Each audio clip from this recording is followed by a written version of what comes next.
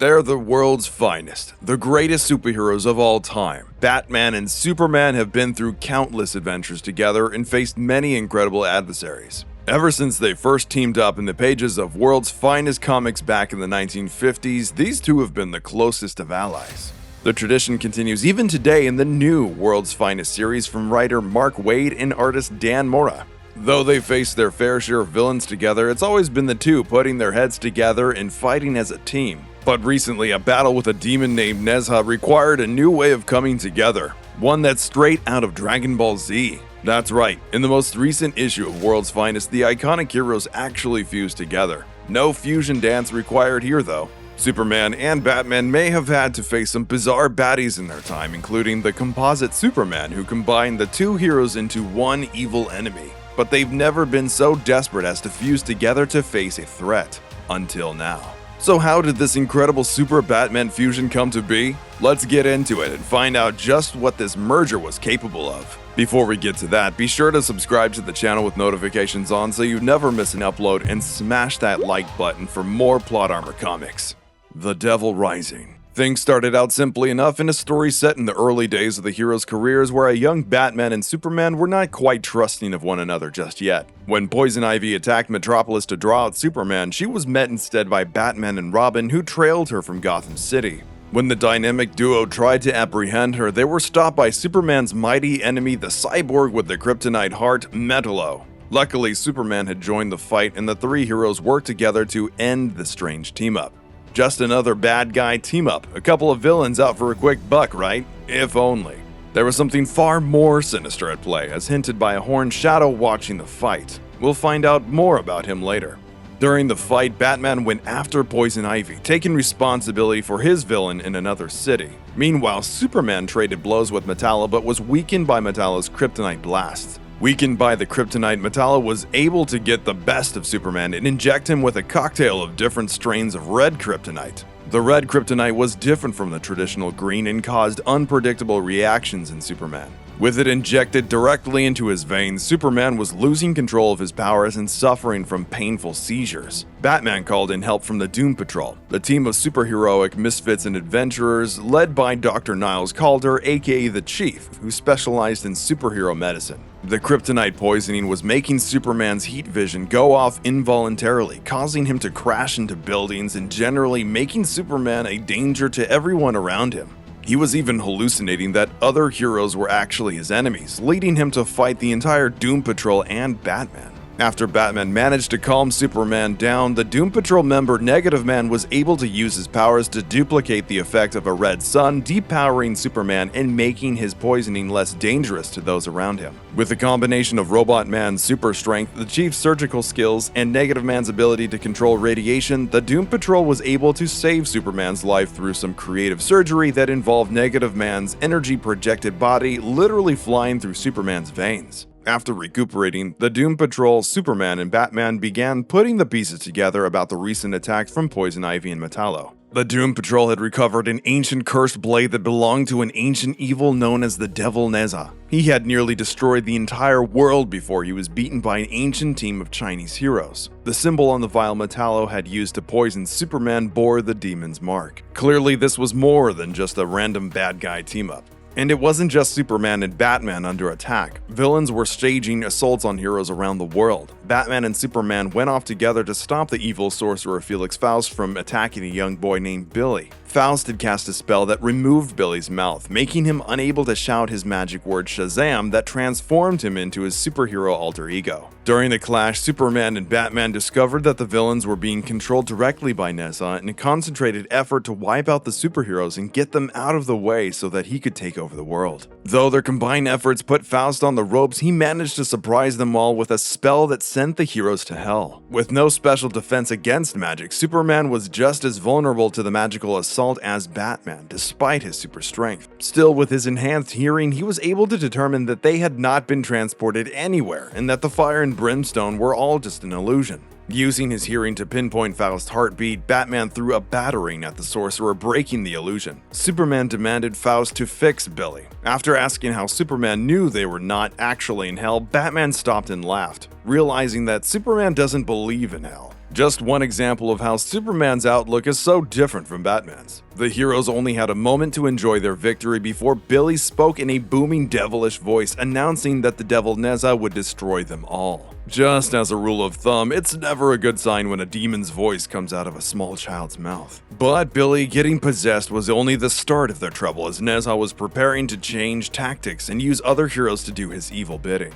After Billy passed out and they got him to a hospital, Batman and Superman traveled to Central City to help the Flash and Wonder Woman, who were both under assault. Superman took on Flash's foe, the Mirror Master, while Batman tussled with the evil Dr. Alchemy, who used the Philosopher's Stone to transform matter. Although he was able to physically stop Mirror Master quickly and tie him up with a lamppost, Mirror Master's attacks continued on. One of his mirror portals was after Superman, while Batman was barely able to avoid Dr. Alchemy's attempts to magically transform him. Thanks to his quick thinking, Superman was able to use Mirror Master's portal to trap and absorb Dr. Alchemy's attack and save Batman. Superman knocked Alchemy out cold and sent his stone flying right into Batman's hand. Together, the two managed to make quick work of the villains that had given both the Flash and Wonder Woman trouble, proving that these two heroes make one heck of a team. But before they could enjoy their victory, Hal Jordan, the Green Lantern, arrived on the scene. Thank goodness, another hero as backup. Just kidding, he wasn't there to help.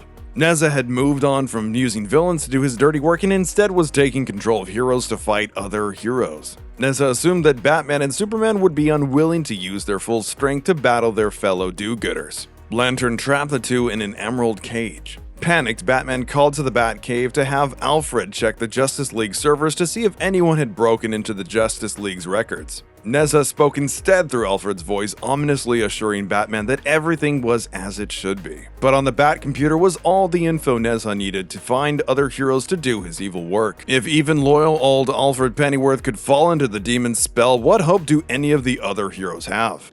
Fusion of will.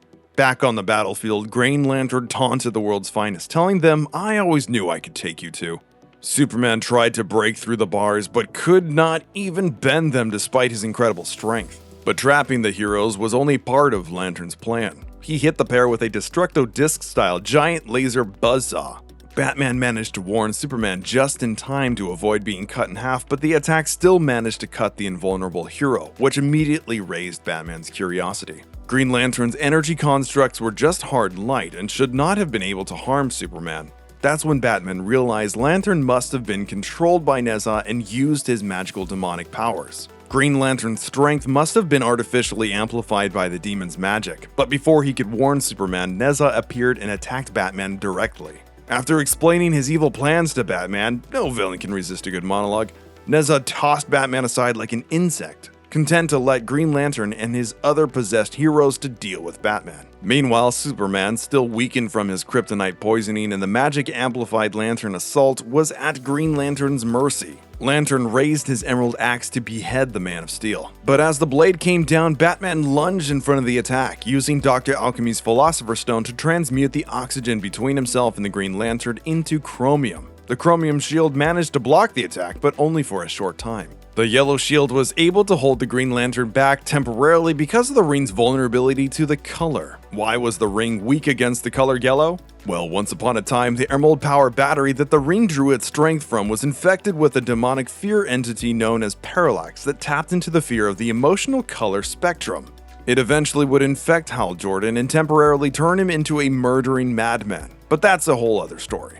Huddled together, Batman and Superman had only moments to come up with a plan to escape Lantern's assault. That's when Batman had a brainstorm. Green Lantern's power was based on his willpower. Hal Jordan's willpower was the strongest on Earth, but what if he was not in control of himself? How compromised would he be if another consciousness was in control of Jordan's body? Together, perhaps Superman and Batman's will was stronger.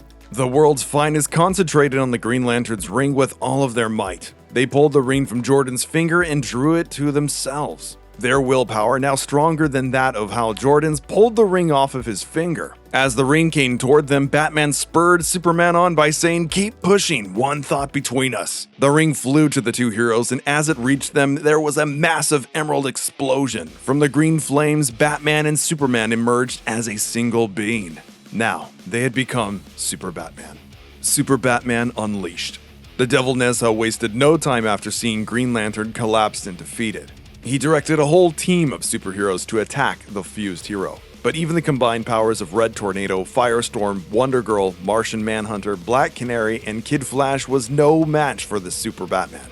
Even though they were disoriented from their unexpected transformation, the combination of Superman's super speed and lightning-fast reflexes along with Batman's strategic mind gave them enough of an edge to counter the super-fast attacks coming at them. The SuperBatman got creative, launching some explosive emerald batarangs at their attackers. Martian the Manhunter attempted to use his laser vision to harm the fused hero, but SuperBatman blocked the assault, the lasers harmlessly bouncing off him. One by one, the possessed heroes tried to attack the fused heroes, but SuperBatman was able to counter them with just a thought. He stopped Kid Flash and Black Canary without even lifting a finger. The only limit of their power was the charge on the Green Lantern's ring. As SuperBatman noted, Lantern's energy is working miracles, but it's finite, meaning they only had a few moments left to knock out Nezha once and for all. Tired of battling their friends, SuperBatman took the assault to Nezha himself, grabbing the devil and flying out into space where he unleashed a super speed battery of punches that would even make Super Saiyan Goku proud.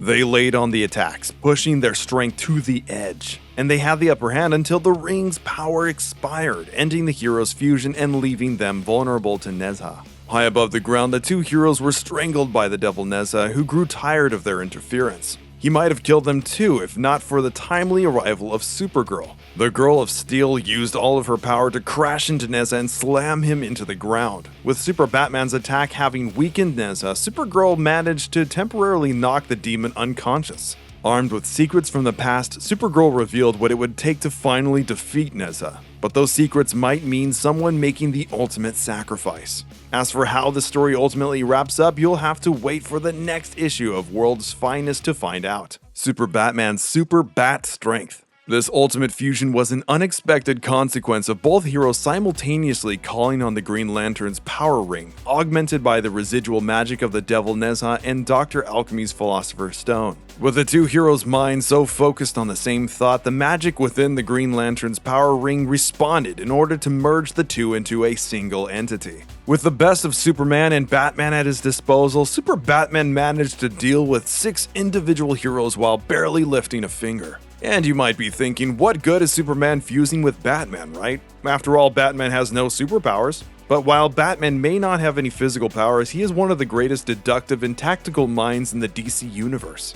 With that in mind, combined with Superman's super speed, SuperBatman had the benefit of that tactical brilliance and imagination moving at lightning speed. This allowed SuperBatman to anticipate and stop super speed assaults from Kid Flash and Martian Manhunter. In addition to melding the two heroes' minds and bodies, SuperBatman also had the benefit of all the powers of Green Lantern's power ring. This gave them the power to create constructs based on anything they could think of. This augmented Superman's powers, allowing the fused SuperBatman to trap Kid Flash with weighted boots and silence Black Canary's siren scream with a muzzle.